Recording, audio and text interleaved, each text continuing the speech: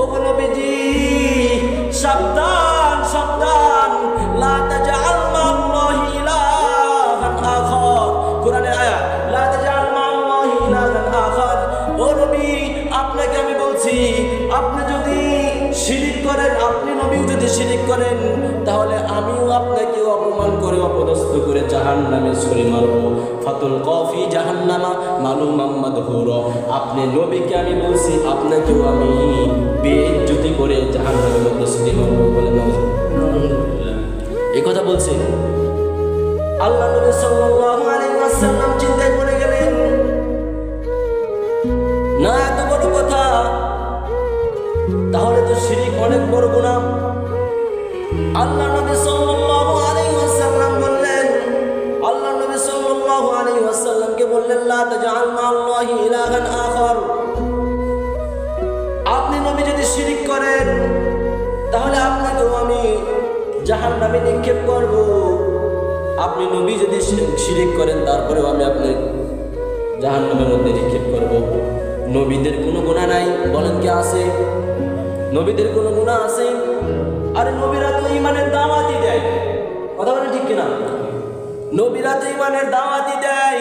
নবীরা জীবনে গুনাহ করতে পারে না, নবীরা জীবনে গুনাহ করে না, জীবনে গুনাহ করেন নাই, নবীদের কোনো গুনাহ নাই, নবীরা তো ঈমানের দাওয়াতই দেয়। ওই নবীকে বলছে, লা তাজআল মা'আল্লাহি ইলাহান আখার, ওগো নবীজি আপনাকে আমি বলছি, আপনি আল্লাহ আমার সাথে কাউকে শরীক করবেন না, আমার সাথে কাউকে ডাকবেন না। যদি আপনি নবী ডাকেন, তাহলে আপনি বন্ধুকে বলছি, ও আমার বন্ধু শুনে না, আমি তোমাকে বলছি, ফাতুল কফি জাহান্নামা, কোরআনের আয়াত তাফসীর করতেছি, বুঝেন? ফাতুল কফি জাহান্নামা, আপনি নবীকে আমি জাহান্নামের মধ্যে, ফাতুল কফি জাহান্নামা মালুমাম মাদহুরা, আপনি নবীকে বলছি, আমিও আপনাকে জাহান্নামের মধ্যে বেইজ্জতি করে জাহান্নামের মধ্যে নিক্ষেপ করব। তাহলে বলেন না যে এটা শিরিকের কত বড় গুনাহ? সবচেয়ে বড় জুলুম এই শিরিক, সবচেয়ে বড় জুলুম। এই জমিনের মধ্যে সবচেয়ে বড় জুলুম হয় শিরিক। এই শিরিকের গুনাহ আল্লাহ রাব্বুল আলামিন কাউকে মাফ করবেন না। আর এই শিরিকের সবচেয়ে বড় জুলুম হয় ওই যে হিন্দুদের কালী পূজা, দুর্গা পূজা, ওই সব জায়গায় হয়, কথা বলেন ঠিক কিনা? এই সবচেয়ে বড় জুলুম আল্লাহর জমিনের মধ্যে, সেইখানে আজকে আমরা মুসলমানের সন্তানরা যায় কি যায় না? বলেন যায় কি যায় না? জোরে বলেন না। যায়। আমার ওয়াজ রেকর্ড হচ্ছে, যাই আমরা সারা পৃথিবীর মানুষে যায়, মানে বাংলাদেশের মানুষই, সারা বাংলাদেশের মানুষে যায়। কিছু কিছু মানুষ দেখবেন টুপি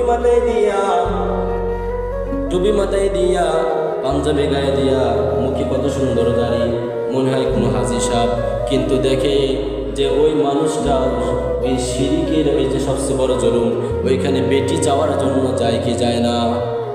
যায়। 60 বছর 70 বছর হয়ে গেছে, এখনো মাগার বিড়িখানা ছাড়তে পারে নাই।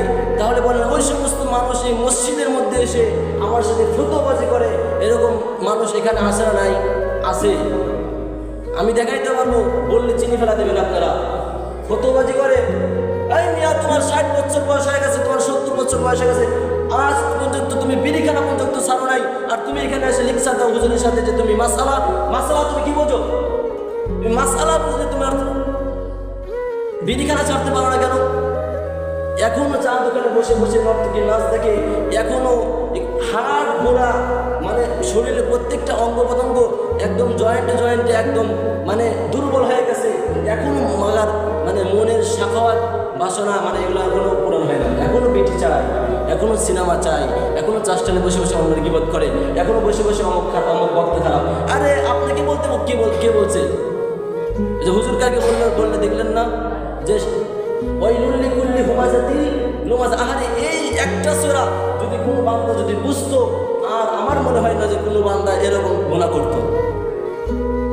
এই ওয়াইলুল লিকুল্লি হুমাযাতিল লুমাযা, সূরাতুল হুমাযা যদি কেউ যদি বুঝতো, ওয়াইলুল লিকুল্লি হুমাযাতিল লুমাযা।